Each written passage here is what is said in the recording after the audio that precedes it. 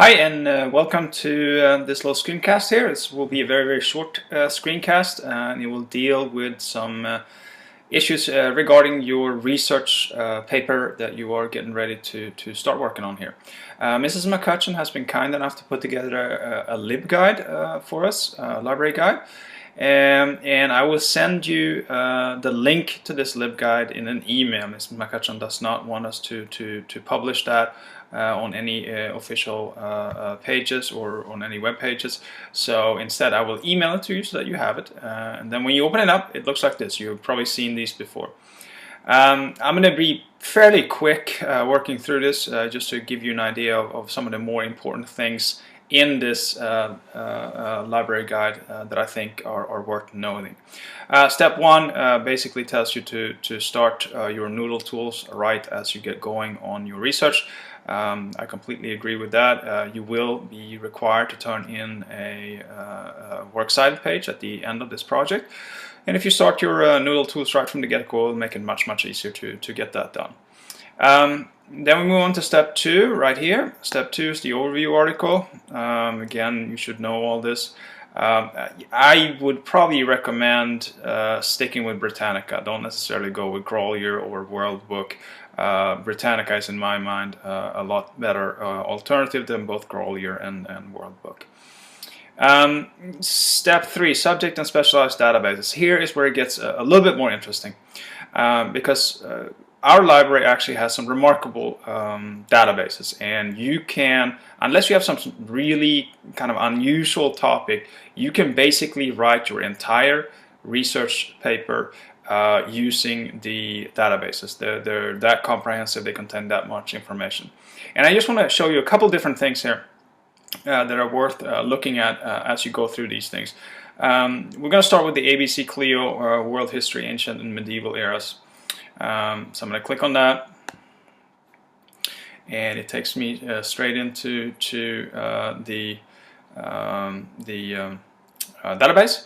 And you can do two things here. You can either do a quick search up here, or you can go by eras. I'm going to go by eras here. Let's say my topic is the fall of Rome. I'm going to research the fall of Rome. So I go over to the column here on ancient Rome, and I go down to why did Rome fall. So I click on that, obviously, and it gets me to an overview here. Here is where it gets interesting, and this is where I want you to know, in case you did not know this already. Most of you probably do, but the databases are most of the databases are very good because they give you all this other information, all this other material on the sidebars.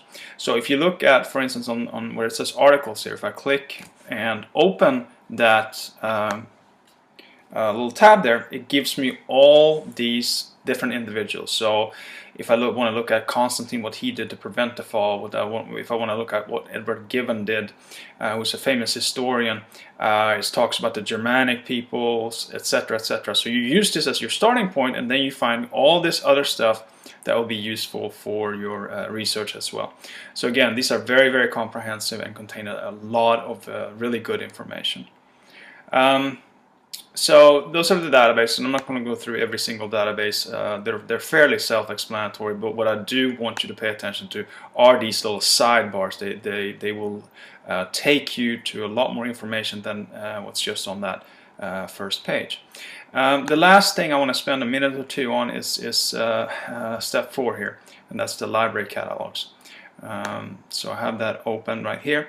And the new thing that Mrs. McCutcheon has done over the past couple of years is that she has bought a lot of ebooks, and you will find those on the right hand side here, and all of these ebooks here are tremendously helpful. And again, you don't need to check them out, you don't need to go to the library to get them. Most of the ones that exist on the left hand side, which are the ones that we have in the library, exist on the right hand side as ebooks as well.